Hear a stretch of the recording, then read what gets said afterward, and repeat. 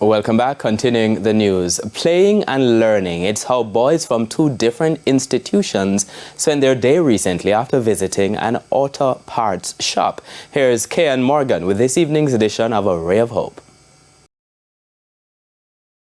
A bus packed with smiles, anticipation, and boys from the Ebenezer and Ferguson primary and infant schools who are excited about the day's events.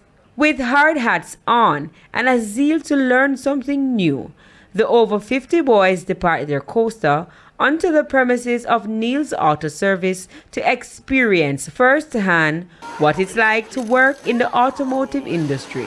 CEO Bunny Neil says that since the company's inception, the goal has always been to show youngsters that there's variety in the working world.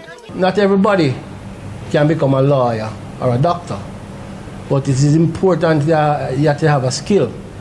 And even the doctor, they need to know about the cars. Mr. Neil says the aim is also to help steer boys from a tender age in the right direction. Service cars, take off wheels, wash the power wash, they clean.